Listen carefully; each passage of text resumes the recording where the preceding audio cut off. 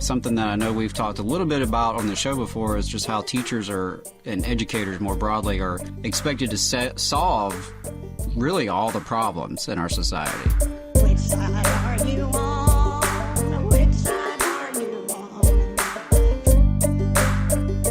In other news, teacher morale is low, says the president of the Jefferson County American Federation of Teachers, Marianne Hayward. She says, I don't think things have gotten any better over this year. Any teacher who was kind of thinking about it last year and just thought, well, I'll just do it one more year, I don't think they're going to stay for another year. So why do you think that is, Adam? Well, I think the pandemic only exposed and exacerbated existing problems and existing issues inside our schools. So I think that's probably a big part of it is the exhaustion, really, because the pandemic has been exhausting for educators. I know you wouldn't really get that from the media, especially national media has talked about remote learning, and remote learning has not been the common experience here in Alabama. Mm-hmm. There was the brief period, March of 2020, in the end of that school year. But outside of that, most of our school districts returned in person pretty quickly, throughout this school year. In fact, a lot of them didn't even have any sort of real protocols that would lead you to believe it was any different than, 2019 school year. But right. The absences just compound work and workload. Of course, I'm talking about the teachers who are absent because they're in quarantine or because they actually have COVID and are dealing with the effects of that. But then you have a massive amount of student absences. And, for those of you who've never been a classroom teacher, you have to think about how much extra that adds to your plate because you have to keep up with, little Johnny and little Jane who was out. What days were they out? What kind of makeup work can you send to them? How are you going to get them the makeup work? Is the makeup work going to be similar or the same to what you did in the classroom? Because there's a good chance it may not translate. And then you may have students who are taking the class online or remotely at the same time as you're teaching in person. And so now you've got a whole nother set of students and lessons and grades to keep up with. And, and that's kind of getting in the weeds of it. And I think, maybe big picture wise, that's not even close to the top. But in terms of maybe why this year is a breaking point for some folks, I think that's probably it. Set aside, is set in a context of where obviously there's a lot of stress in this country among workers of all types. Mm-hmm. People are stressed. People have lost loved ones. That's another thing that we forget in terms of this pandemic, how many people have lost people.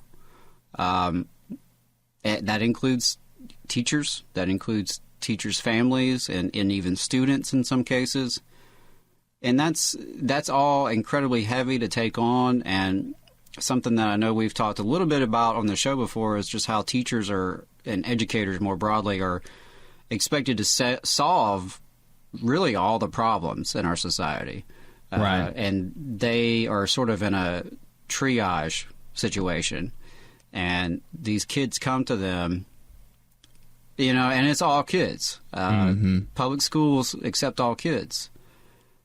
Now, public schools have their issues, but at the end of the day, any child, regardless of who they are, where they come from, what language they speak, how much money they have, they can get admitted to a public school, and they're going to be, given some opportunities, and there's going to be educators there who are going to do their best to try to meet their needs wherever they are. And, one of the big things that I know I've heard from educators is just mental health. And how, a lot of folks have just really, they've been struggling between the pandemic and then just, like I mentioned, the sort of exacerbated existing issues. And that could be on a personal and family level. And of course, we know it, on a more systemic level. And so educators are dealing with their own mental health struggles while at the same time, now they have students and their families who are having increased mental health issues. Right. And so, there's some concerning statistics regarding suicides among young people. We know that, of course, drug addiction is still a major issue that plagues so many of our communities. So those all just take a toll because, educators are having to wear so many hats.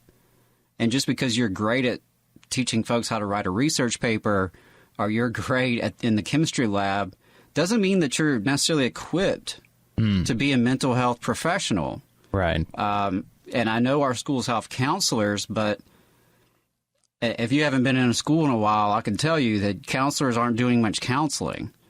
They're doing paperwork. They're setting schedules. They're doing testing and then preparing for the testing and then doing more testing. So they don't really actually have a lot of time to sit down and counsel with students and hear about their issues and, point them in the right direction, plug them into resources. That doesn't happen nearly enough. So, I think all those things compound.